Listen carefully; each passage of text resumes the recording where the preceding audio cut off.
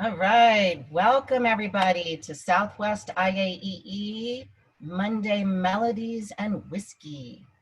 And we are so happy that you're all joining us today. Thank you so much. We have two very exciting guest speakers. One is Mahesh Patel, who is our top whiskey connoisseur and expert.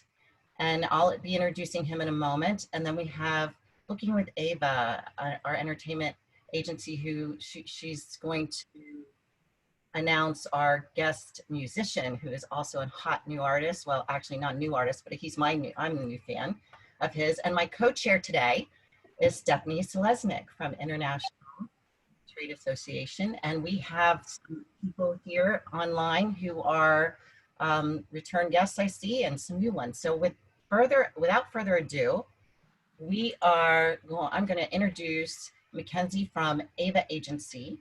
Ava Agency is one of our sponsors today, and she is one of the co-founders, and I'm going to allow her to introduce the agency better than I could even, although I'm a new fan as well of her. So with that, Makenzie, would you like to start? Sure.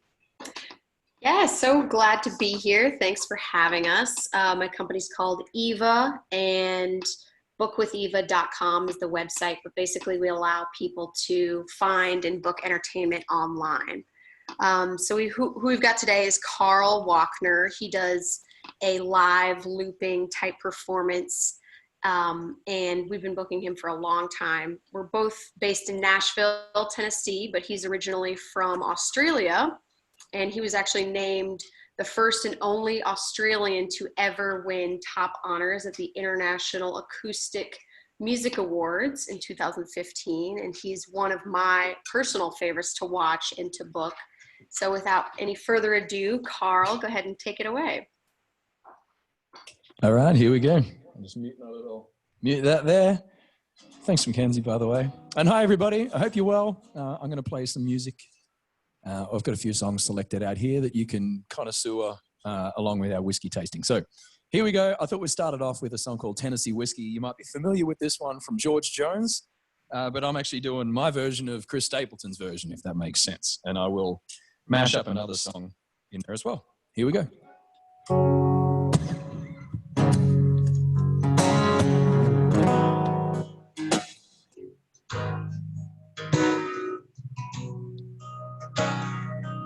I should say before I start this, if anybody has a chat or wants to do a shout out to anybody or just talk with anybody, jump onto the chat feature on here on Zoom and I'll be able to see everybody's comments on YouTube. I used to spend my nights at the ballroom.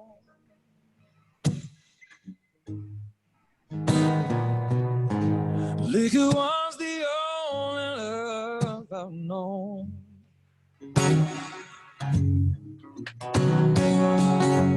But you rescued me from reaching the bottom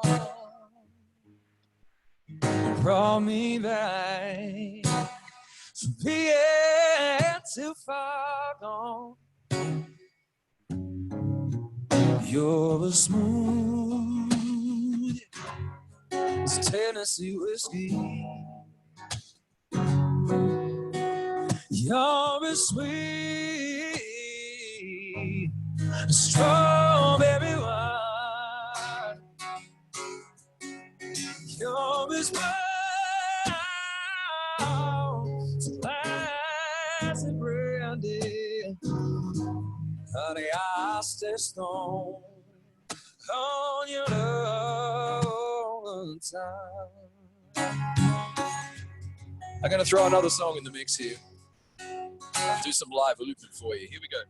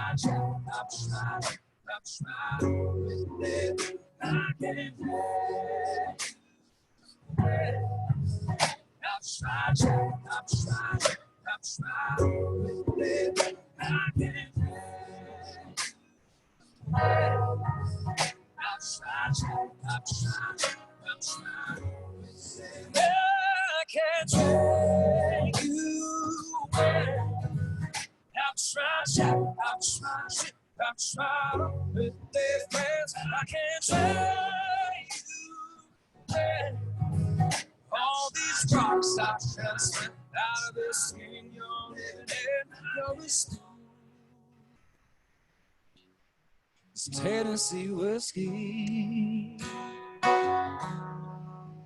you're as sweet as strawberry wine. You're as wild as honey, I stay strong on your love all the time. Honey, I stay strong on your love all the time.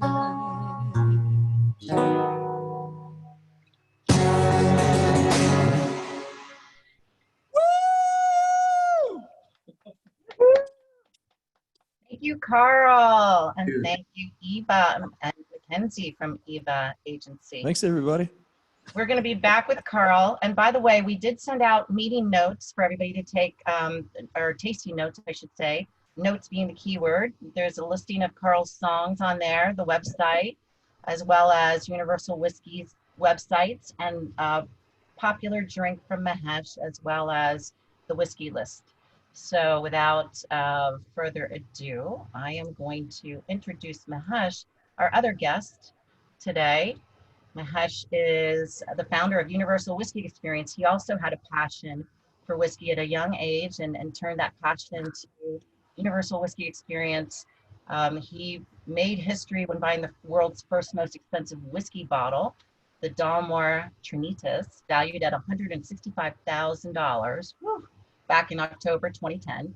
Since then, he's been made Keeper of the Quick, a society in the heart of Scottish whiskey industry, became the Freeman of City of London liveryman for the Worship Company of Distillers for his contribution in the whiskey industry, and has been featured in many television interviews talking about his passion for whiskey since his teen years. And he has made his dream come to life with the launch of Universal Whiskey 10 years ago, and the Nth Whiskey Experience, which was in Vegas and should have been here for their 10th year anniversary this year. Unfortunately, with COVID, he waited till he couldn't have it anymore, and our governor unfortunately shut down meetings in Las Vegas, but he's returning next year. So with that, I'd like to introduce you to Mahesh. Welcome. Good evening, everyone. And thank you for that introduction, Erica. And thank you, Eric and Stephanie, for both inviting me to be part of your event tonight. So I'm looking forward to taking people through a little journey of whiskey, and we're going to go around the world and taste 5 different whiskeys from 5 different countries and 5 different regions. But before we do that, you know, if there's any questions or whatever comes through, people want to ask, just feel free to go into the chat room, and we will come across. We'll answer those questions as we go along. Now, tasting whiskey, one of the first things that people forget, that you have to have the right tools to taste. Now, tasting. I'm not talking about enjoying a nice cocktail and with ice and everything or whatever. Brilliant, do that. But to enjoy to do a tasting, there are some fundamental tools you need. Glassware. So this is what they call a Glencairn crystal glass, which is the whiskey glass. And this is a glass that we give out at our show. This is another one that the whiskey blenders use, is called a Capita glass. Now, if you notice something, they're all curve into the top, and the openings are narrower. because you want all the whiskey aromas to be sort of funneled in this area so they can nose the whiskey properly. So you start with these type of glassware, and if you don't have this, you can use a brandy glass. You can even use a wine glass, because so long as you've got something that's got inward facing to the top. And so let's start with the 5 regions of the whiskey world. Basically, whiskey was originated in Scotland, but the Irish would dispute that and say that it started in Ireland. So that's a bit of a gray area there, but we will try one Irish whiskey. So Scotland and Ireland are really known to be the sort of the founders of the whiskey world back in the old, many centuries ago. And each region has their style. Now, to be a Scotch whiskey, we're going to start with Scotch. We've got 2 Scotches here tonight. The first 2 we're going to try, and this will probably be on your tasting notes. The first one is called Chivas Regal. It's the 12-year-old blended whiskey. So that's a blended Scotch whiskey. And then we have the next one, which is a Glenlivet 12-year-old, and that's a single malt whiskey. Now, just to start off, just to give you some fundamentals, what is a blended whiskey and what is a single malt? A single malt whiskey basically is made from 3 ingredients: malted barley, water, and yeast. And it's made, to be called single, it has to be made in one distillery. So like a Macallan or Glenlivet, all the whiskey has to be made in that particular distillery, and it's put together, and that's where single malt comes in. But it is made from malted barley, water, and yeast. So that's what they call malted malt whiskey. The other one they make, which is they call grain whiskey. Now, grain whiskey is a cheaper ingredient. They make a lot of this, and basically they use a combination of different cereals, different grains. It could be corn, it can be rye, it can be barley, all these kind of stuff, and they make that in bulk quantities. And that is made into big vessels, and then that is still a whiskey. So in Scotland, they make 2 types of whiskey: grain whiskey and single malt whiskey. Now, majority of the whiskey that comes out of Scotland is blended whiskey. So we're drinking Chivas Regal here tonight. You are probably familiar with, if you have drank some whiskey, Johnny Walker, which is another famous blended whiskey. Now, for it to be a blended whiskey, 90% of the whiskey produced is blended whiskey out of Scotland. Single malt is something that's a new trend that came out about 15, 20 years ago.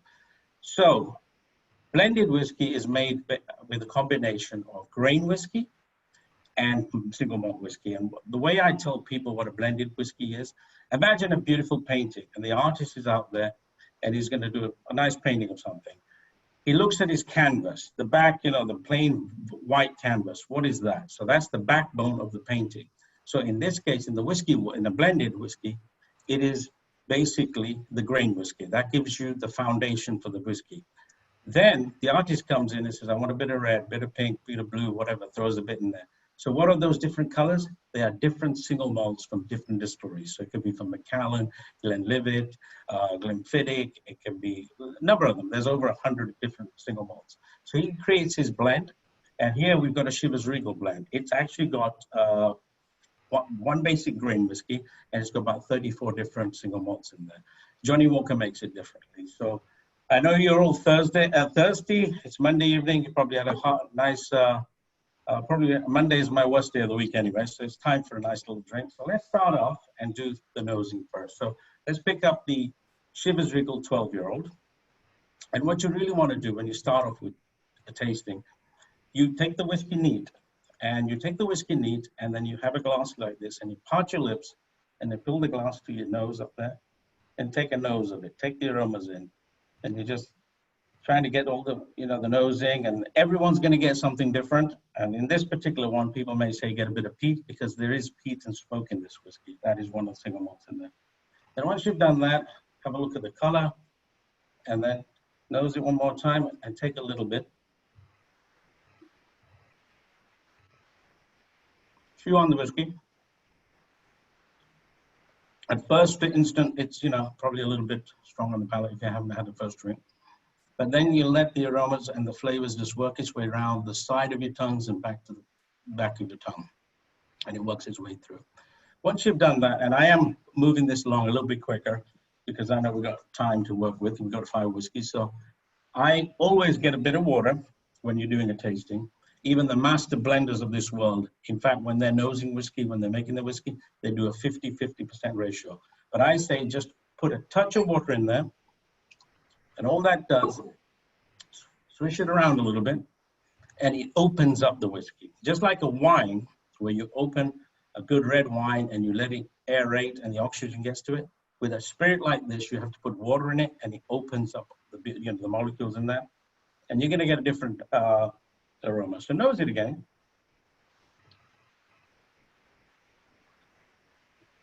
And try the whiskey, and you'll see how, then you can add as much water as you want. You can add ice if you want. It's your whiskey. Once you bought it, you can enjoy it how you want. But this is how you taste it.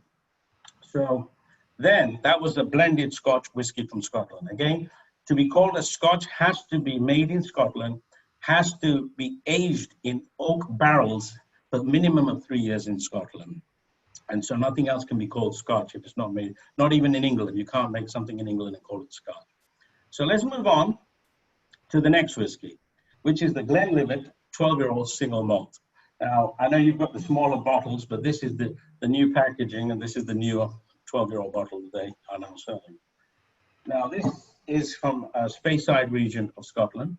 Speyside is one of the most famous regions in Scotland. There's 5 regions, and over 60% of the whiskies that you see are made in Speyside. So if you see Macallan, you see Glenlivet, Glenfiddich, Glenfarclas, all of those are made in Speyside. And why it's called Speyside, there's a famous river runs through there called the River Spey, and the beautiful water and all the Cairngorms mountains, and the water comes in, and water is a very key ingredient to making a good quality whiskey.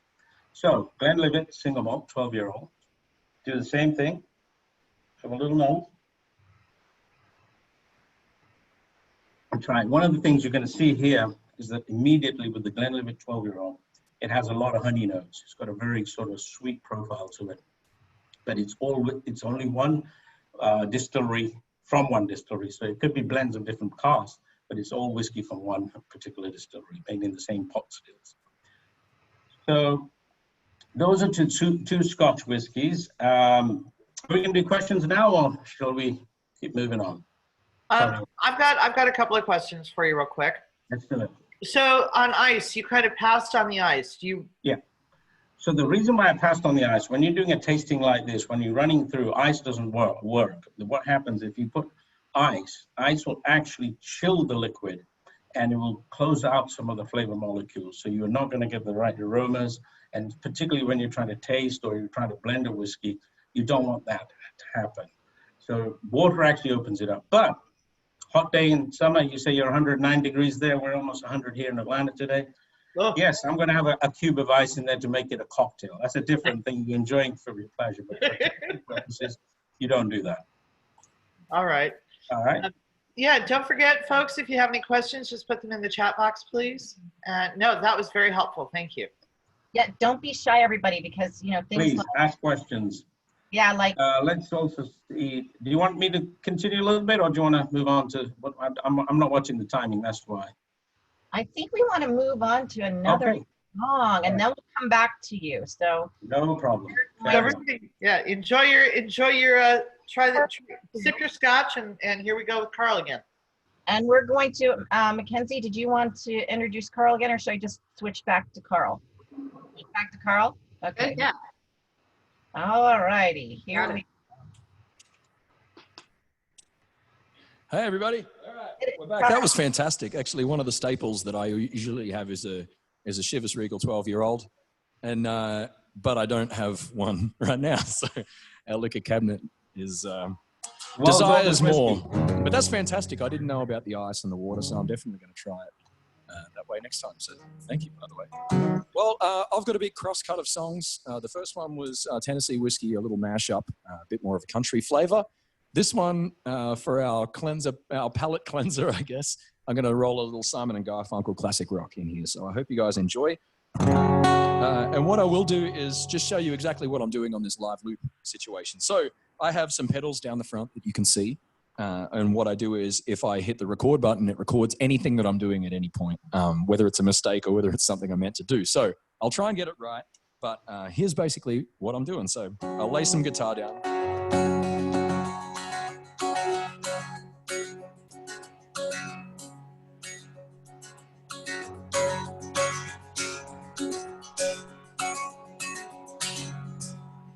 All right, that's cool. Now we're going to do some claps.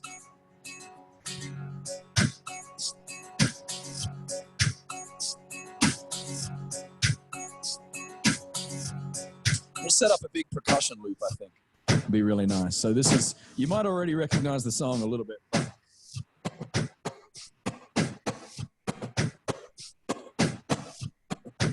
All right, here we go.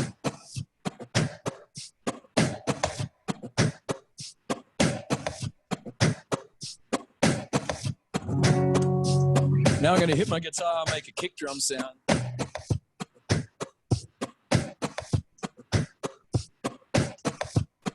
And here we go. Now we just play the song.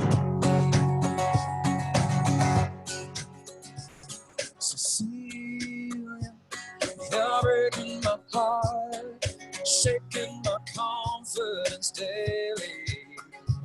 Cecilia,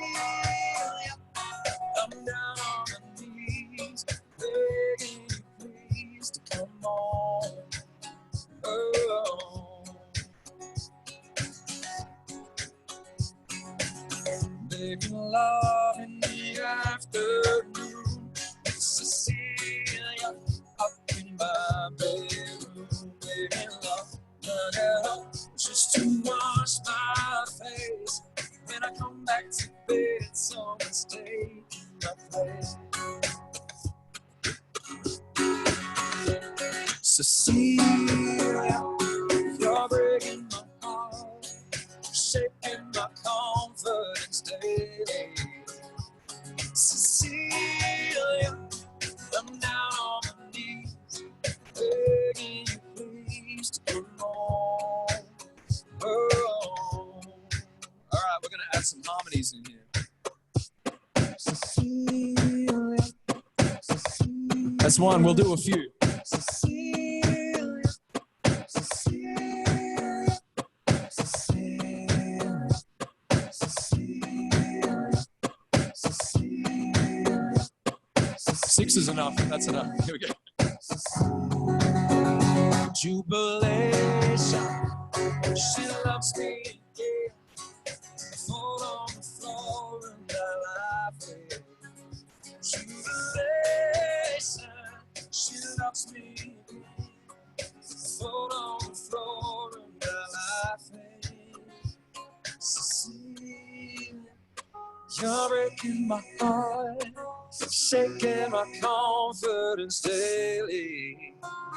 Cecilia, I'm down on my knees, begging you please to come home.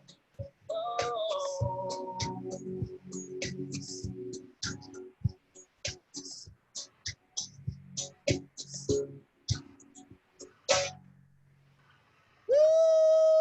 Oh yeah, I'm just a giant person, by the way. Thank you, Steve. No, this is a miniature guitar. It's called a Maten EMD6.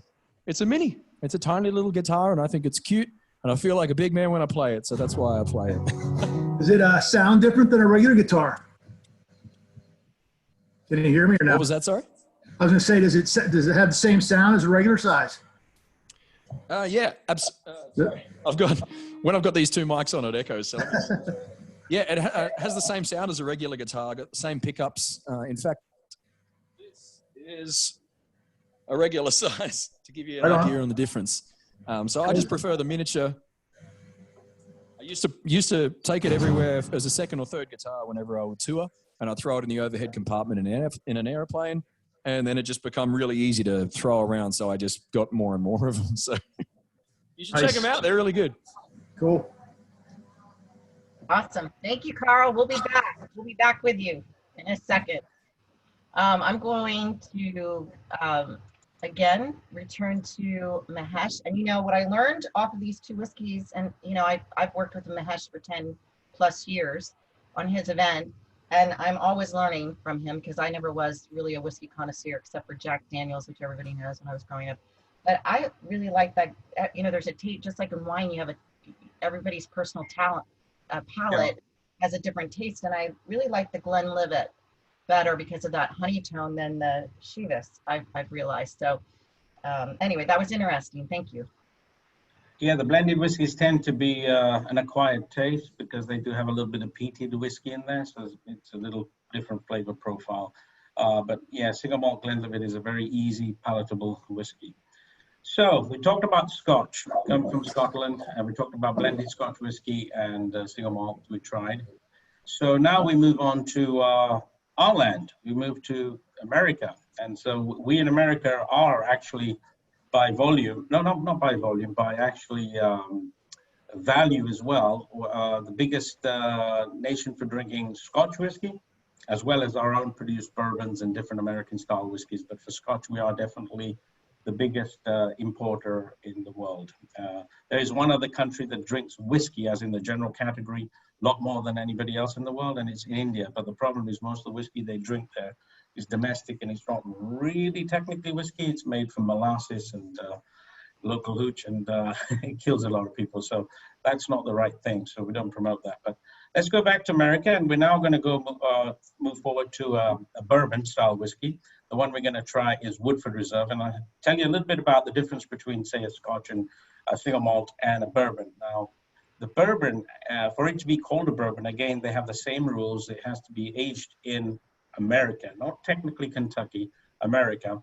Has to be aged in virgin white American oak barrels for a minimum of 3 years.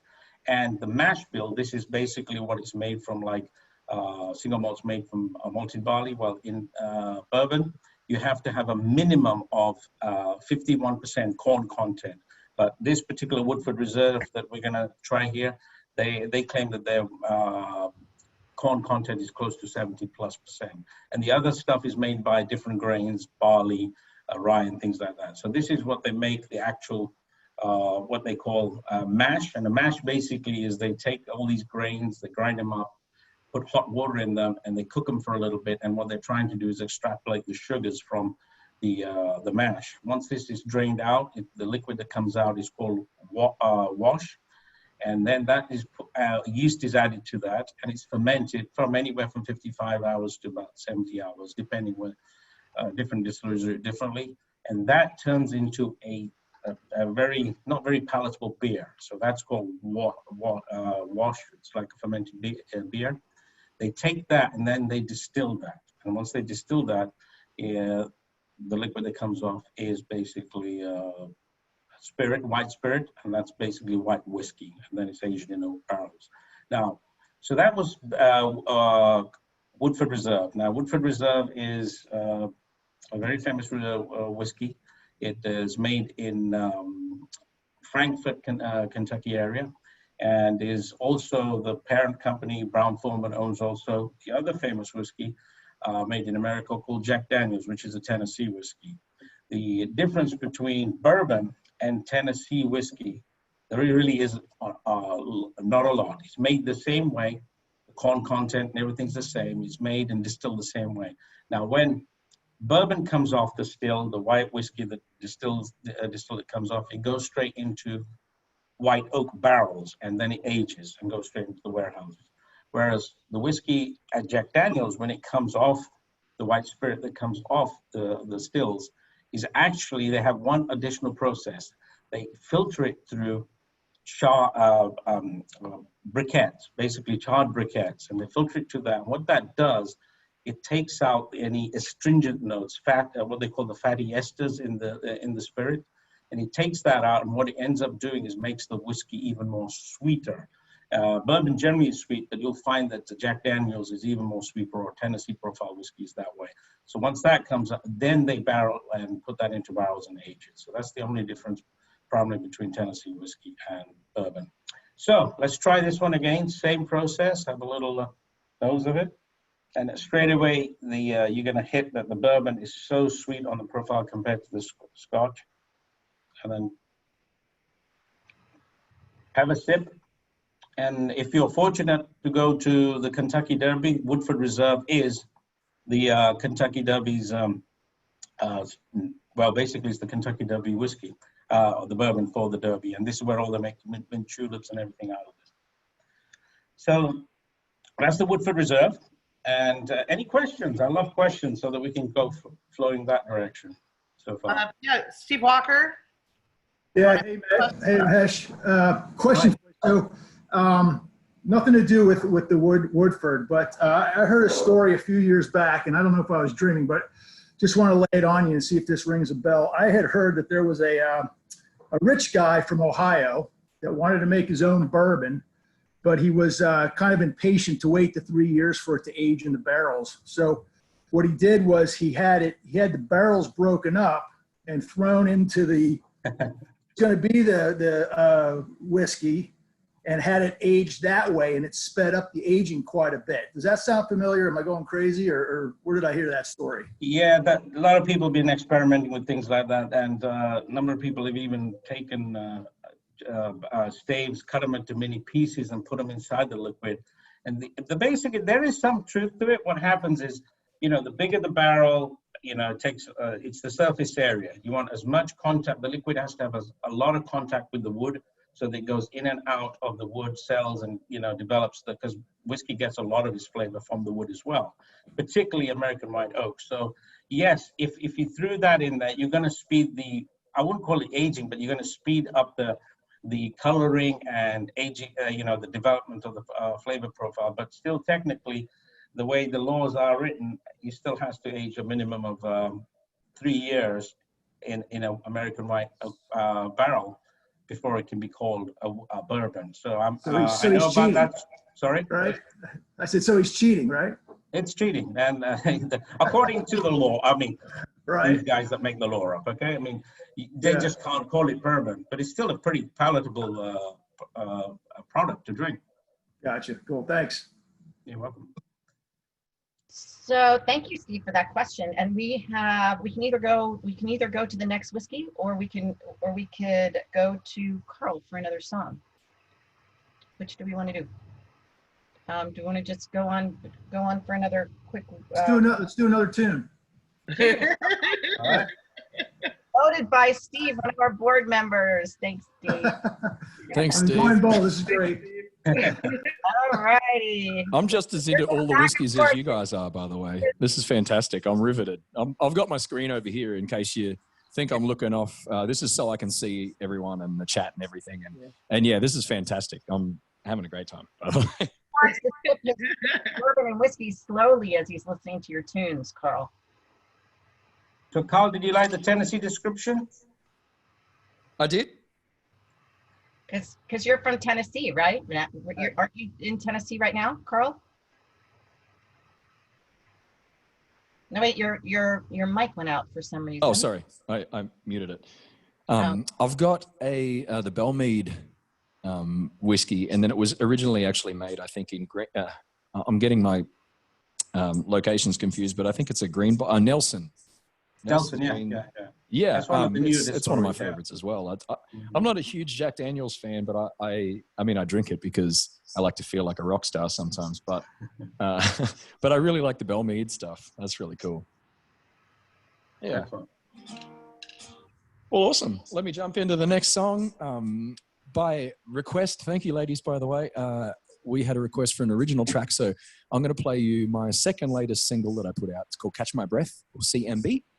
And it's wildly different to the first two tunes. So here we go. Ready? Get my power stance on. Okay. Flip this over. Here we go. So this is called Catch My Breath, and I dropped this at the start of the coronavirus, but wrote it many years ago.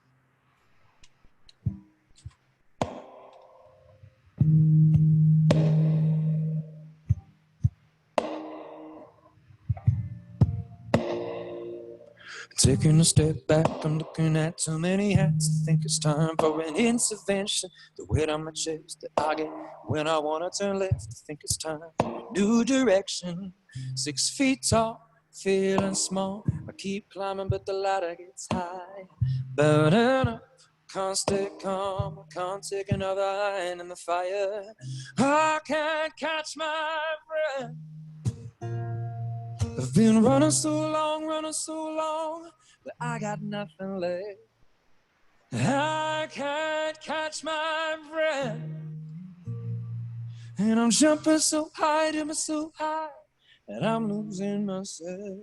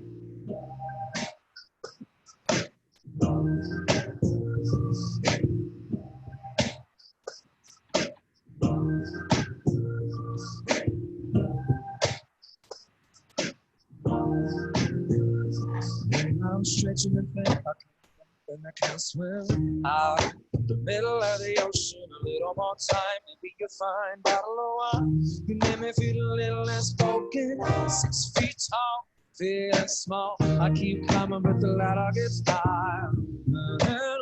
Can't stay calm, I can't take another eye on the fire. I can't catch my breath. You want so long, but it's so long. I got nothing left. I can't catch my breath. I'm jumping so high, and so high, but I'm losing myself. I can't catch my breath. The faster I run, the further it gets. So I can't catch my breath. The faster I run, the further it gets. And I can't catch my breath. I've been running so long, that I got nothing left. I can't catch my breath. I'm jumping so high, never so high, I'm losing myself. Singing, I can't catch my breath. The faster I run, the further it gets. So I can't catch my breath. The faster I run, the further it gets. So I can't catch my breath. The faster I run, the further it gets. So I can't catch my breath. The faster I run, the further it gets. So I can't catch my breath. The faster I run, the further it gets. So I can't catch my breath. The faster I run, the further it gets. So I can't catch my breath. The faster I run, the further it gets. So I can't catch my breath. The faster I run, the further it gets.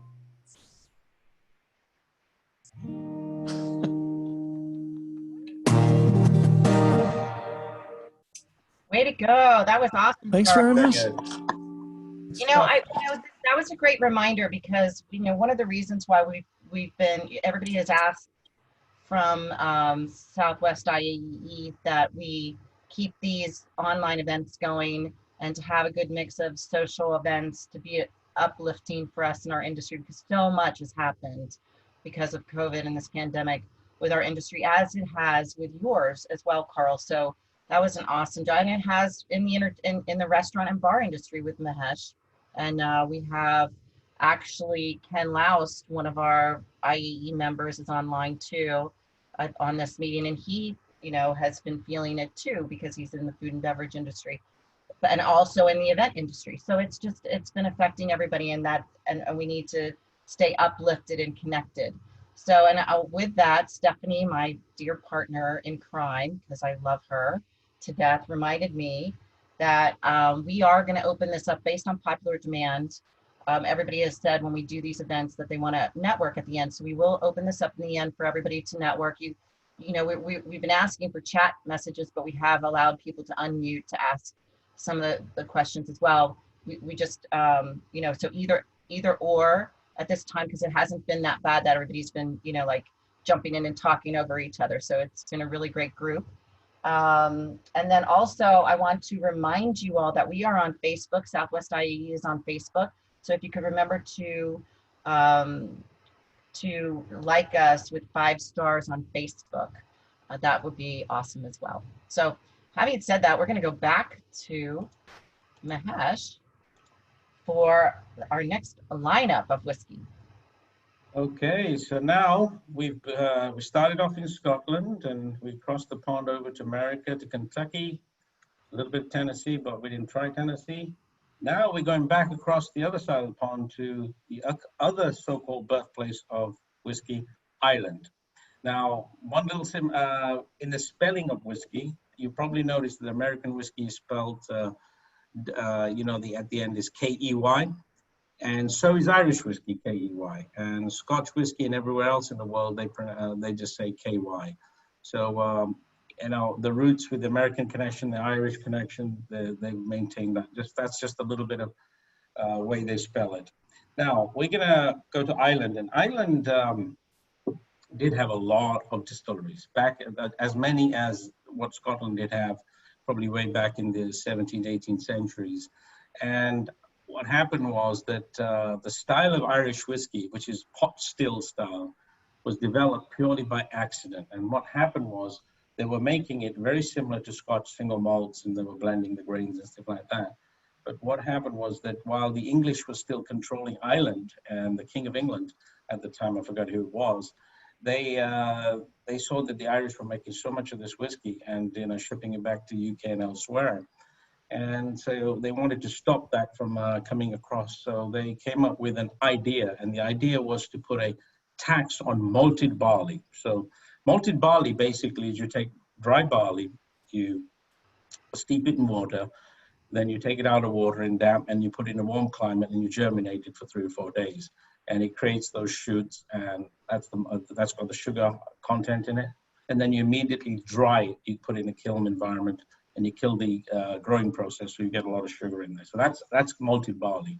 So they put a tax on there, and the Irish go, okay, fine, we won't do that. So they went in and decided that, okay, we'll just use regular dry barley. So they've got a percentage content of, I think it's about 50 to 60% of, actually more, over 60% back in the day, of just regular dried barley. And then they added a little bit of malt to it. And then they ground this into a flour, and then they did the mashing process, extracted the sugar, fermented into beer, and distilled it. And in so doing, they created the single pot still style of whiskey, which is what Jameson is, and it's made at the Middleton Distillery. So if anybody's familiar with Middleton, that's the parent company of Jameson, and it's also where the whiskey is distilled. The other difference is that they also, in that process, they triple distill. In Scotland and US, they only double distill. So you distill in one still, and then whatever comes out of that is called low wines. It's still not high enough proof to be a whiskey. It goes into another still, and they distill it, and that's called the spirit still. And there you'll get very high volumes of alcohol in there. And they bottle it at around about 65% generally. Not bottle it, sorry, put it in barrels.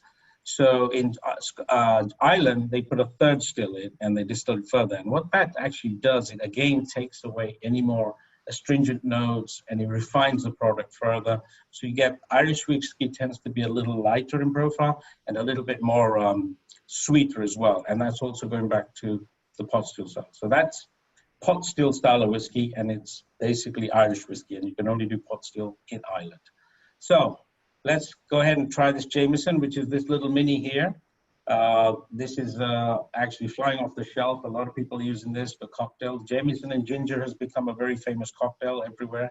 Add a little bit of ginger. So have a little smell of it. You'll see that it is very light, very florally on the notes.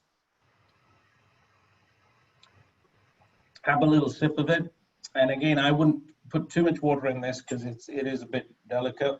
But you can, this is perfect with a little, some ice. And again, you'll see, it opens up. And that's the Jameson whiskey. So again, is there any questions I can answer as we're going along? Well, this one, for me, I just had to say, I didn't need to add any water to this. This was very... No, it doesn't need water, really. Yeah. If you put a little ice, it's a nice little cocktail. So. It is, and it's so I don't. Stephanie, do you see any questions? I haven't been paying attention to all the chat. No, I haven't seen any either. I was going to say I could go to middle. I got a question. I thought I saw a Japanese whiskey on the flyer. Am I going crazy or not? Eric, That's you wanna explain that? Yeah, there is one. It's the next one. So there's 5. That's fine. Yes, that's I fine. got 4. Okay, darn it. All right, I'm gonna miss out on that.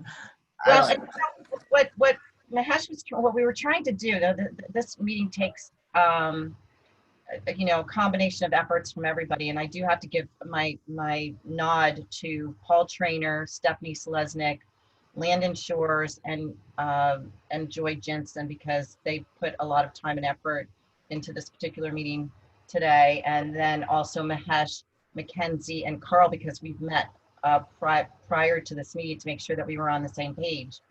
And so we wanted to make sure that, Mahesh wanted to make sure that we were getting down to the basics, and that everybody could purchase these whiskeys either in a small form.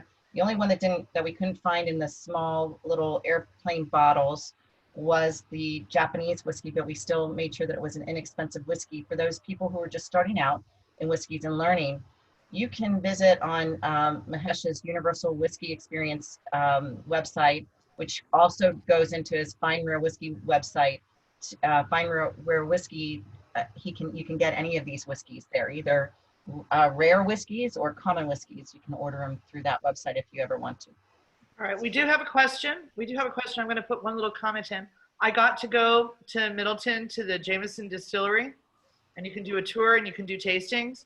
Last summer in last spring, and incredible, really cute town. Suggest staying overnight so you can like go and hang out and have cocktails and then not drive. But and especially driving on the other side of the road is a little scary. But they did have different flights, so you could actually taste rare whiskeys if you wanted to. We do have a question about whiskey tasters from Harriet. Do they spit out their tastings like wine, or do they swallow it? So yeah, very good question actually, and this actually goes back to I wanted to address what Erica said first. Was we wanted to keep this tasting at very sort of entry type level and take people through where we can get these affordable little minis as well. But there is another levels as well, and the event that I do in Las Vegas every year at the Wynn Hotel, the Nth Ultimate Whiskey Experience, we do have different elevated levels of whiskey and different high profiles there. But answering your question in tasting, yes, the idea is not to consume; it is to taste and spit it out, and then you find your little favorite and go back to enjoy a few grams of whatever you like. And when it comes to professional master blenders, they do this for a living, day in, day out, and what they do. And I've sort of been blessed to do some of this with some of these master blenders as well. Go into warehouses and pull out things and go into their laboratories and not laboratories, labs, and wherever we taste. The way to eliminate whiskey, we'd have about 100 on a table sitting there. So the first thing you do is to nose all of these. You go through it and then you eliminate by nosing. You do not consume it in your nose. Then you go back and you have a little taste of it and you spit it out, and then you go, and that's how they really do it. And yes, in a tasting format, it is not advisable to drink that many whiskeys. And even in our show in Las Vegas every year, we would have whiskeys in the event anywhere north of 500 bottles of different expressions to try. So in 3.5 hours, we recommend that you sort of pace yourself and just, do it relax. Otherwise, the casualties do fall in the first 30 minutes. And you got to be very careful. So good question. So on to the next song, and then we're going to do the final whiskey, and we'll still hopefully have some time for networking, because everybody wants to do that in the end. And we hope that you, Mahesh, and Carl, and Makenzie can stay on board with us networking at the end with our friends. So we will kick it back to Carl. Hit it. All right. This one, I need everybody to get on the chat feature. I'm going to set up a loop, and I'm just going to do a big mashup. So any requests, any artists, any type of music you want to hear, any specific songs, throw them all down. And if for some reason I don't know it, I'm just going to make it up or loop the title into it. But I'm going to start out with something funky, and I might get the kazoo involved. And I've got a cowbell over here that could get some action as well. So. Oh, we got one, Jack and Diane. Here we go. Steve put Jack and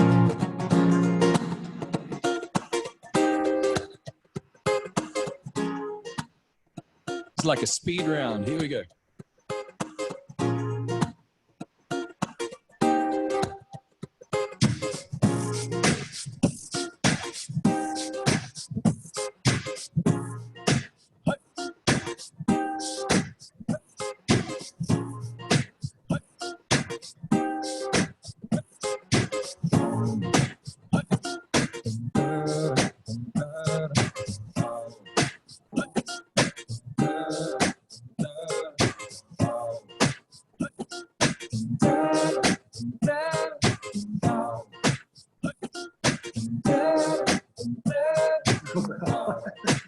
All right, this one's for Ken.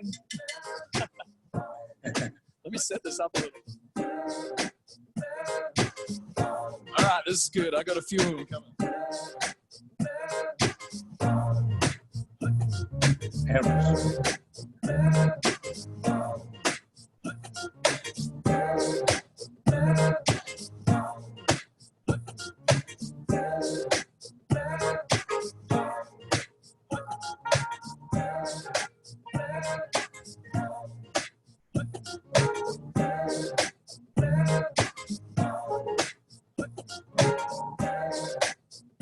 Yeah, this one that I called Michelle, right for that white gold.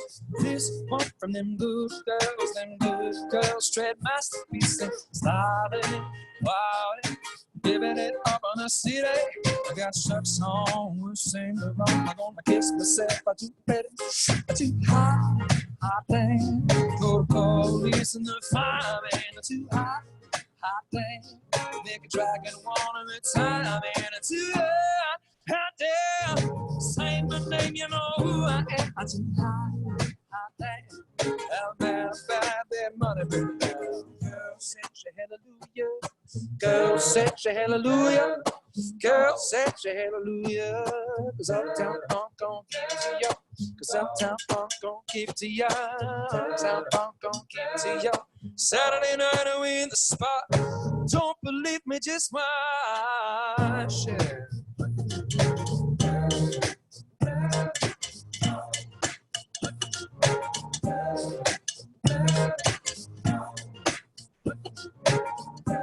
I hope that's enough cowbell, Ken. Yesterday, all my troubles seem so far away. Yesterday, all my troubles seem so far away. Very superstitious, burns on the wall, yeah. Very superstitious. That is about to fall. And I wish they all could be California girls. And I wish they all could be California girls.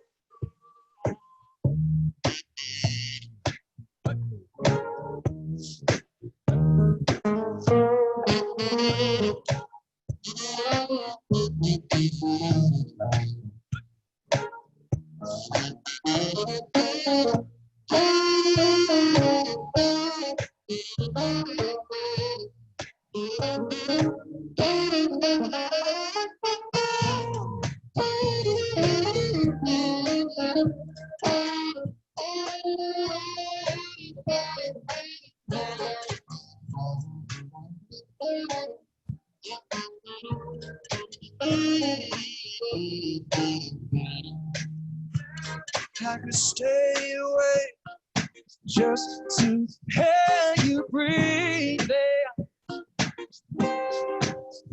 Watch you smile while you are sleeping, while you're far away and dreaming. I could spend my life in this sweet surrender. We'll get lost in this moment.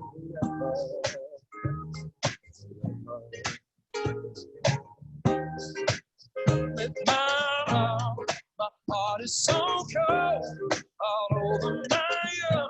I don't know that. Don't mess with my love. Told her she knows. Take me and be alone. I don't wanna know that. 'Cause I'm a simple man. I'm a simple man. 'Cause I'm a simple man. I'm a simple man. 'Cause I'm a simple man. I'm a simple man. 'Cause I'm a simple man.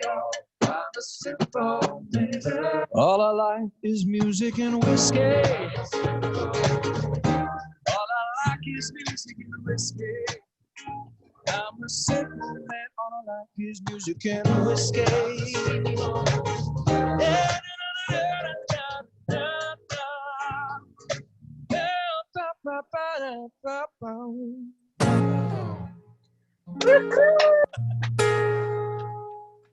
Everyone loves your music. Thanks very much. I'm a simple man. All I like is music and whiskey. I mean, there's other things scattered in around there, but it very much represents me as a human being. Thank you for the request, everybody. We're going to do one last whiskey. We're going to do some networking after that. And then we will also, I just want to remind everybody, thank you to our annual sponsors, GES and Visit Anaheim. Thank you to today's sponsors, Universal Whiskey Experience and Book with Eva. And please remember to visit their sites if you want more information on any of them, as well as visit IAEE.com for any information about IAEE that you are looking for, especially with how to deal with some of our industry issues during COVID. So Mahesh, with that, you want to take it away with the Japanese whiskey? All right, so now we're going to our fifth and final whiskey for tonight. It's a Japanese whiskey called Toki. It's made by Suntory, the House of Suntory, that also makes Yamazaki and Hakushu, which you probably, if you drink whiskey, you probably have seen them around on the market. But an interesting thing with Japanese whiskey is a couple of things have been happening lately, and way in the Asia, Japanese whiskey actually started off with a Japanese guy going to Scotland and learning how to make Scotch whiskey. And this was back in the early 1900s. And he actually married a Scottish woman, came back to Japan, and partnered up with another gentleman who wanted to create a Japanese style of whiskey. Prior to that, there was no Japanese style of whiskey. They partnered up together. They opened up a distillery called Yamazaki, and they started making single malts. And they also started making some grain whiskey. And they started creating some blended whiskeys for themselves. But this Toki is actually a blended whiskey. It's made about 80% grain whiskey, which is made the same way in Scotland. And then a single malt in there is Yamazaki and Hakushu, the two distilleries, single malt distilleries that particular company owns. And I don't know if you know, but Yamazaki came into play about 15 years ago. They would make prior to that, all Japanese whiskey was domestic market for Japan.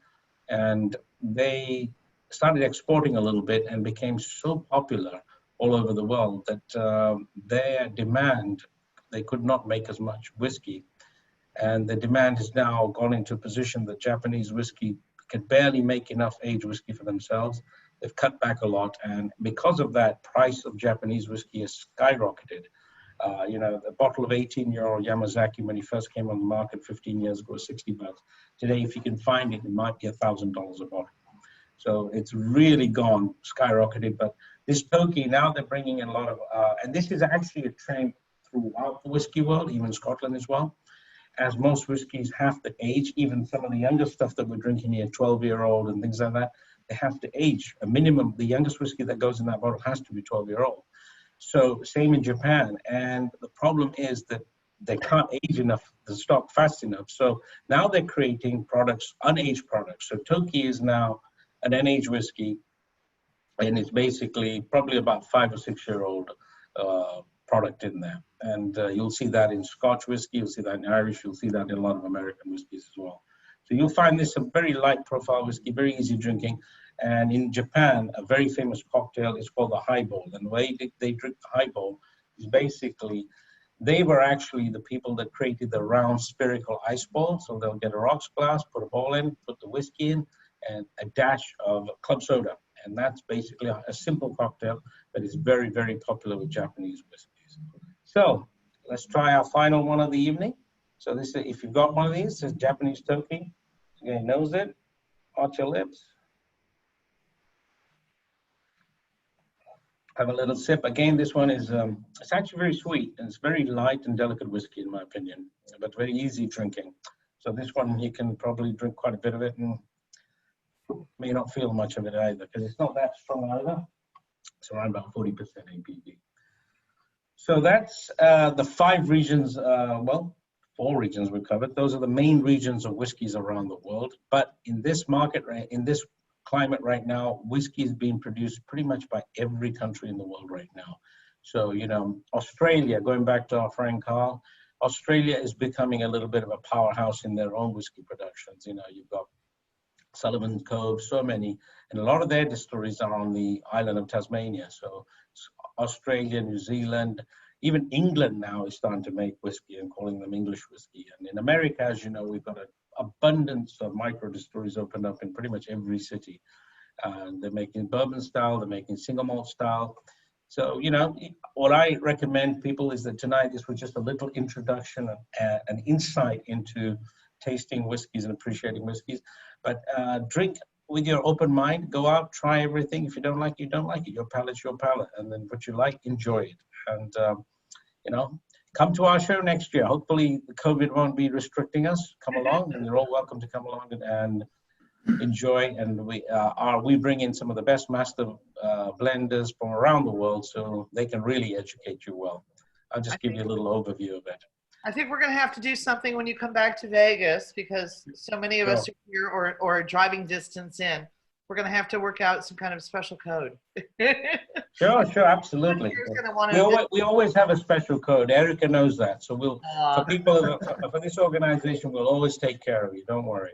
Mahesh, as long as we can physically do the tasting, I have no problem. We're all good with that.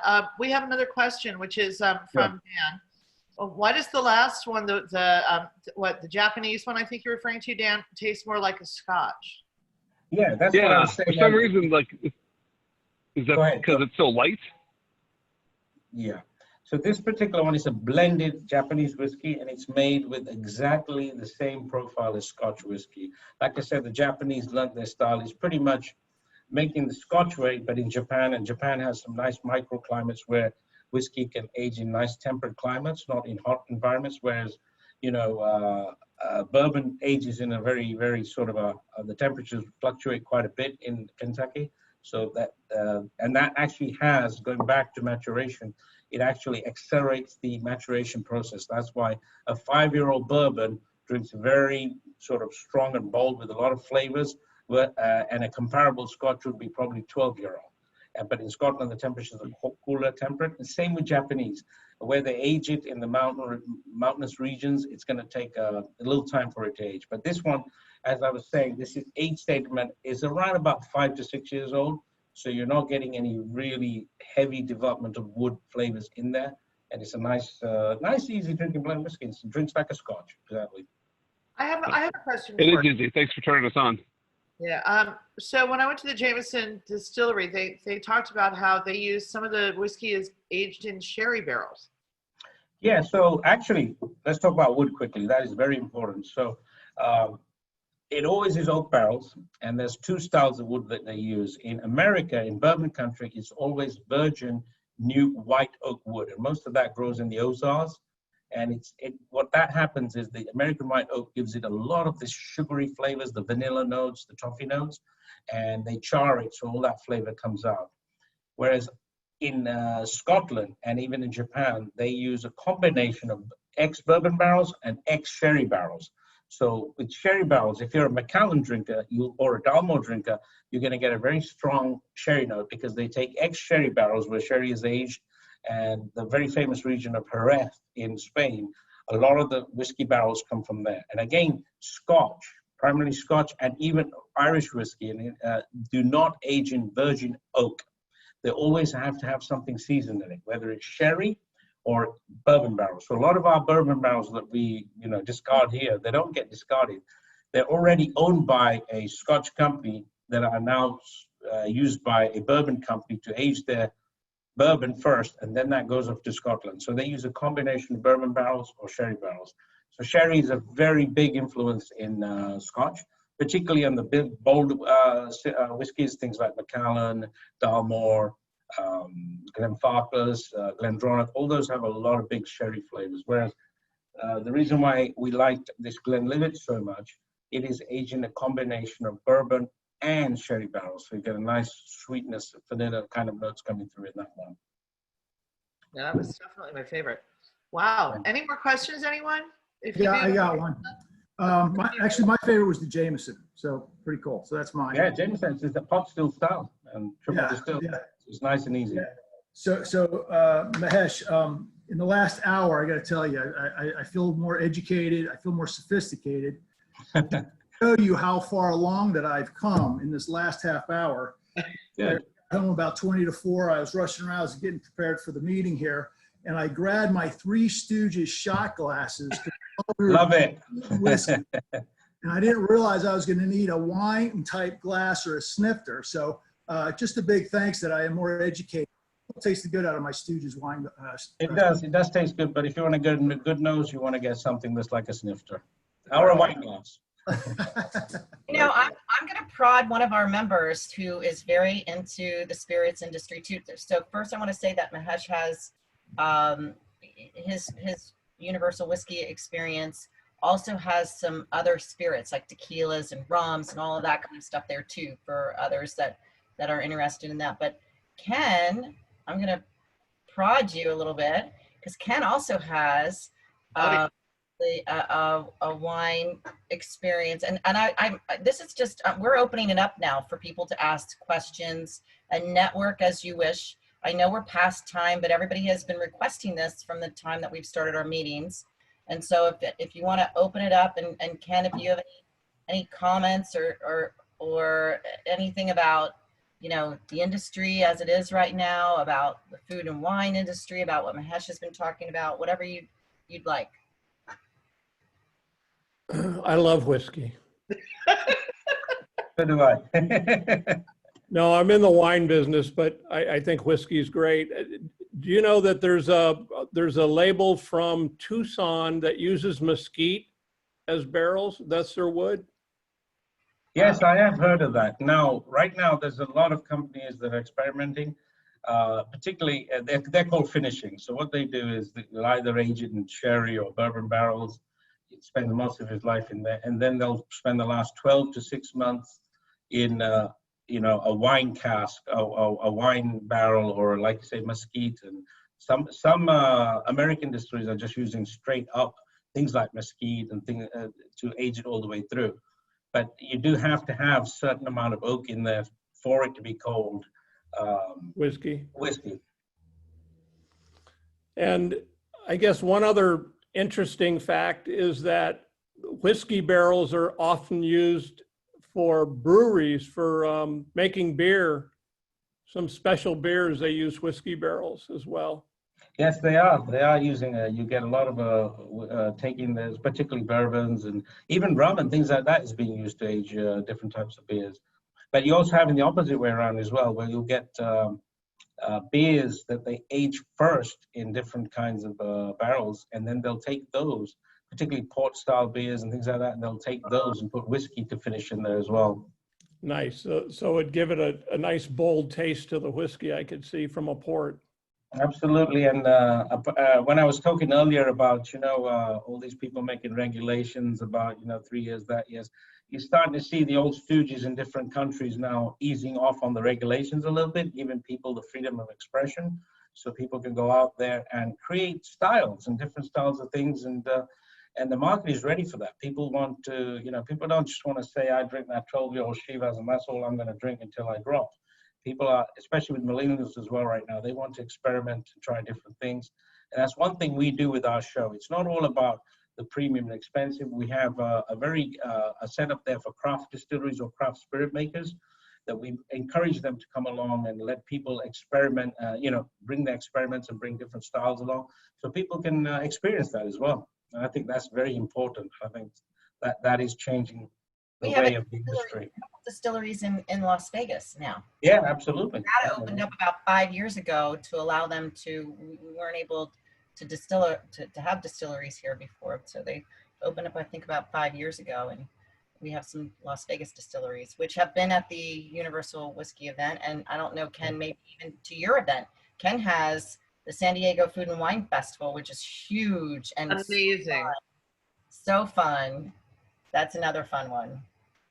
Yeah, we get about 300 wineries, but we do get several whiskey and other spirit companies that come every year. It's a nice event. If the show happens, hopefully we'll be doing a chapter event there. I don't think it's going to happen in November. It just doesn't look like it. Our go, no go date is on the 15th. What's today, the 13th? Oh, geez.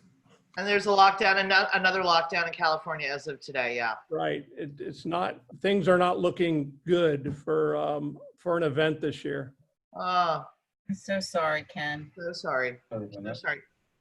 All right. That's okay. We're in the same boat as a lot of people. I mean, we've already canceled 32 events this year. So it's the way it is right now. And, once we get through this, I think that people are going to be ready to go back to events. We agree. Cheers to you. So. Absolutely. I get a lot of our customers all wanting to get together. I'll be there with bells on in every one of your events, Ken. And Mahesh. Absolutely. We had a couple of other questions, Mahesh. We had Melissa, do you want to ask your question? Unmute yourself. Or I can ask it for you. All right. Do smaller barrels age faster? And if so, why? Yes, actually, that goes back to the other question I think Steve was having about, people putting in all the different woods in there to accelerate. So basically, it's all about surface area, okay? So in a smaller barrel, you've got less liquid, a lot more surface area. So you need to set the surface and more contact. The liquid needs to have more contact with the wood so it can breathe in and out and extrapolate the flavors and, develop its own flavor profile. So yes, smaller barrels do age faster. But that also has to be, economically speaking, from a whiskey company, commercially, it doesn't make a lot of sense to use small barrels because it's, you could have, what they call a hogshead barrel, you can have close to 1,000 liters of spirit going in at one time, and that's developing. So they rather use things like that. But a lot of small distilleries and a lot of people who do small experiments are using that, and yeah, it does age faster. That makes sense. And then our friend Carl had a question about when do barrels retire? Where do they go when they retire? It seems like Scotland. Like they go in a lot of different places. The barrels never retire in Scotland because Scottish are always a little bit frugal with their money, so they always they suck the side of the barrel. They'll suck out the sugars out of the wood. Yeah, squeeze them out. So to give you an answer to that, in America with bourbon country, you cannot do that. Okay, you have to have virgin oak, so it has to be a fresh, clean barrel every time. So it goes to Scotland, or an ex-sherry barrel comes to Scotland. And when they come in, that's called, when they fill the scotch in there first time round, it's called first fill.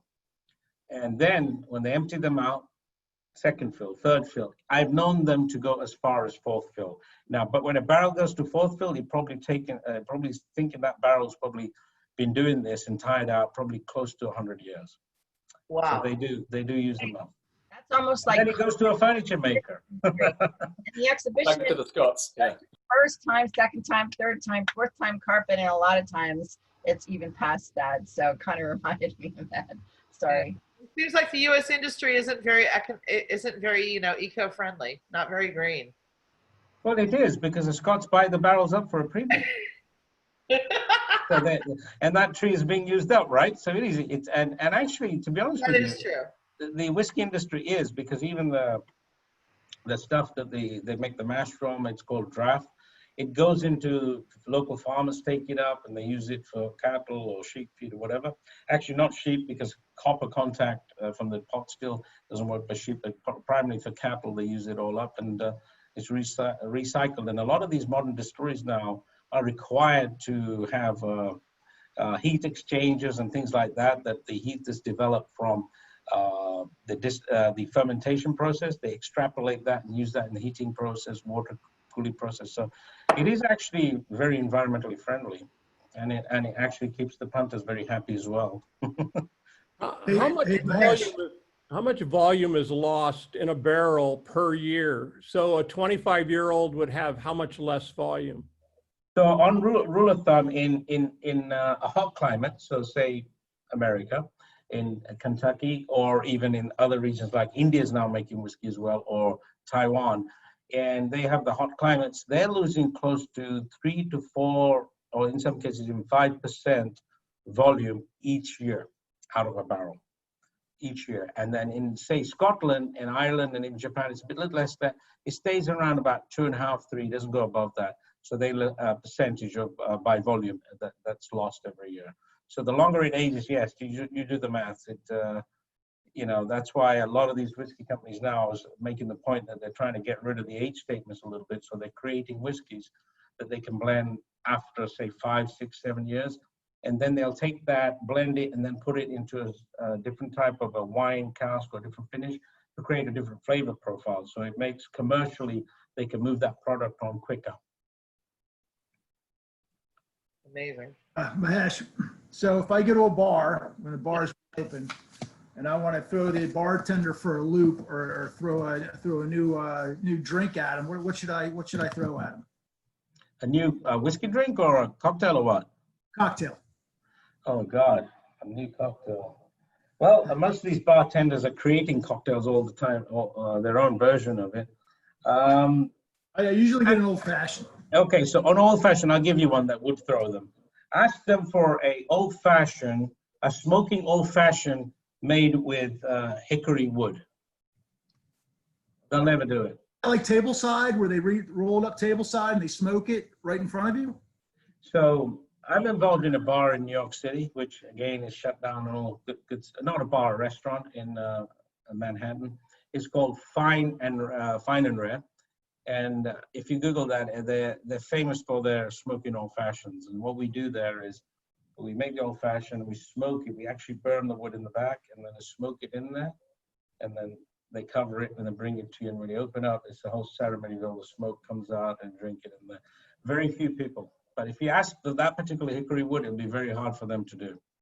So I was at Scotch 80 at Palms, probably about. Oh, yes. Yeah.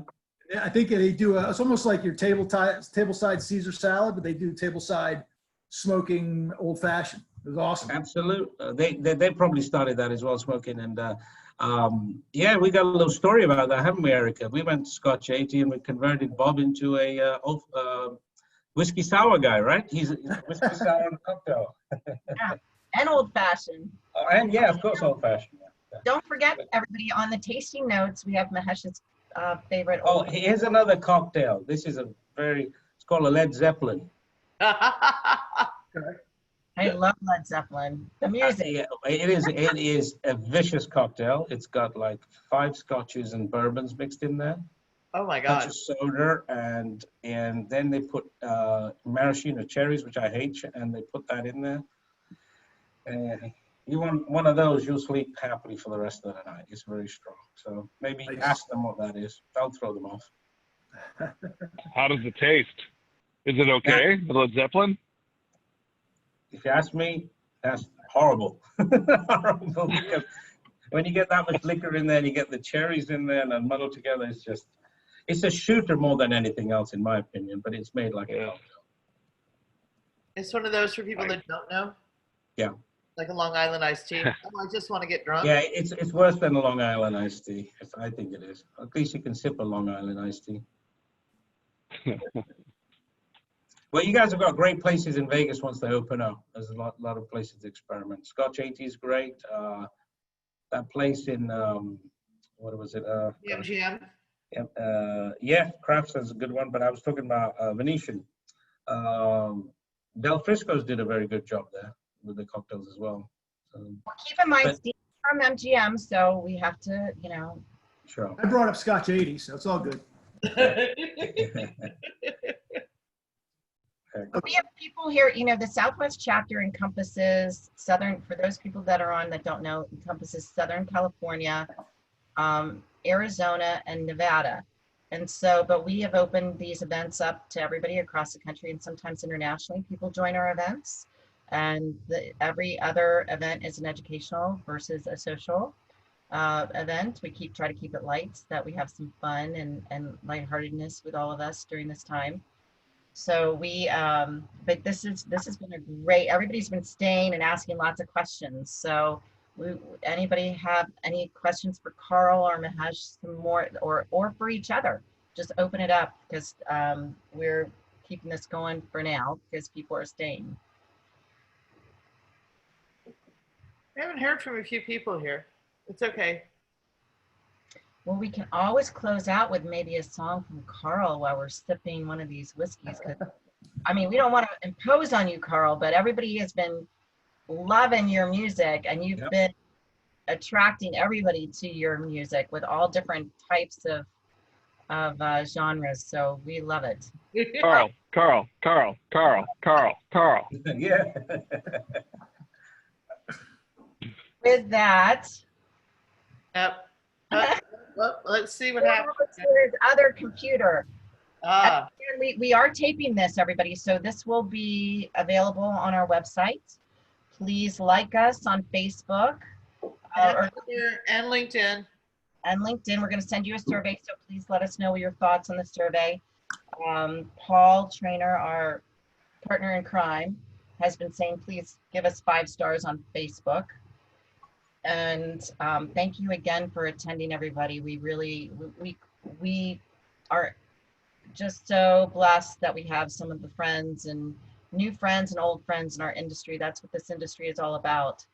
So even during this difficult time, we're all sticking together and supporting each other as best that we can. And thank you. Yeah. Thanks, Erica. Great job. Thank you. Thank you for having us. Thanks, Mahesh. Thanks, Makenzie. Thank you, Carl. We love our sponsorship with you. This has been a great one. Thank you so much.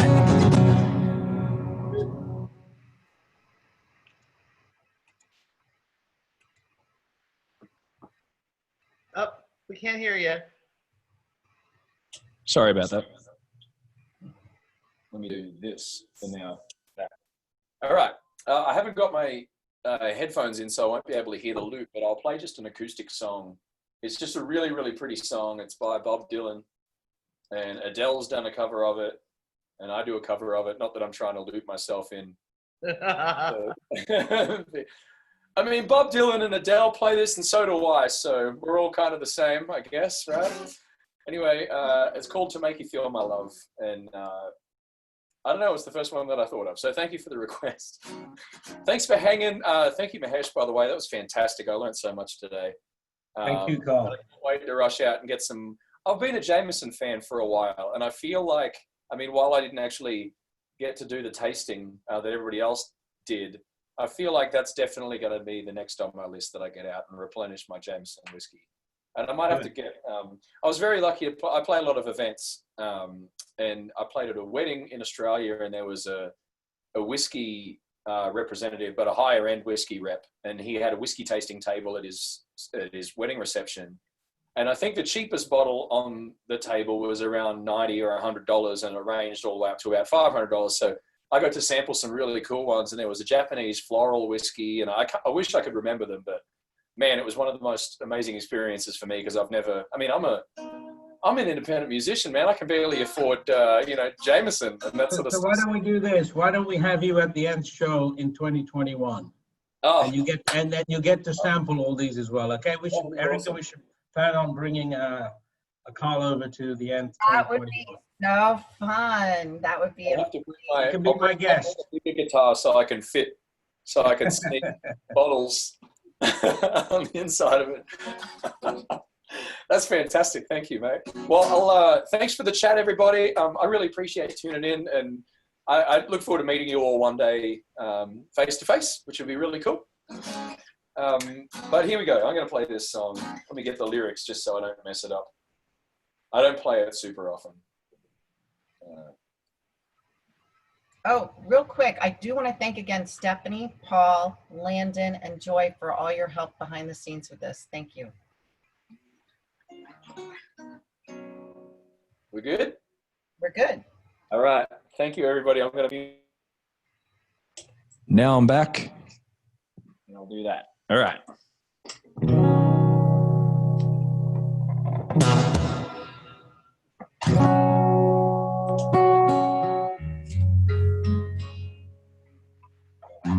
When the rain is blowing in your face, the whole world is on your case,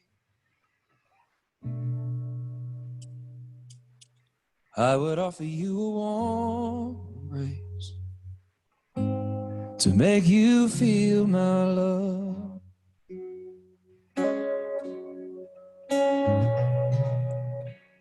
When evening shadows and the stars appear, there's no one there to dry your tears, I would hold you for 1,000,000 years to make you feel my love.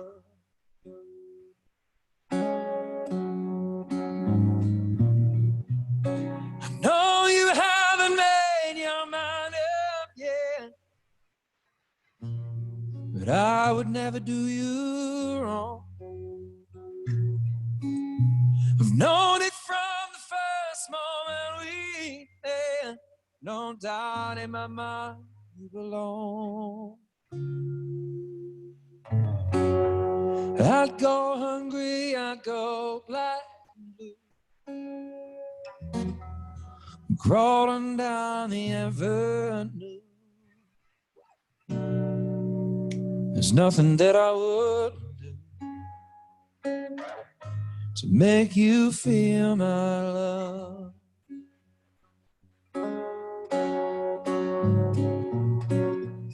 The storms are raging on the rolling sea, on the highway of regret. Winds that chains are running wild and free. You ain't seen nothing like me yet. It'll make you happy and your dreams come true. There's nothing that I wouldn't do.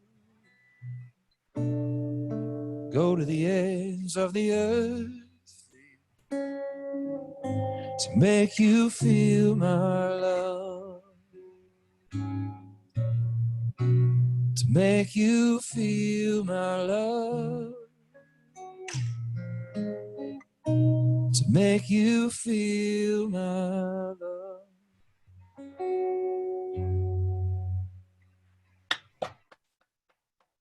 Woo! Thanks. Cheers. Cheers. Cheers.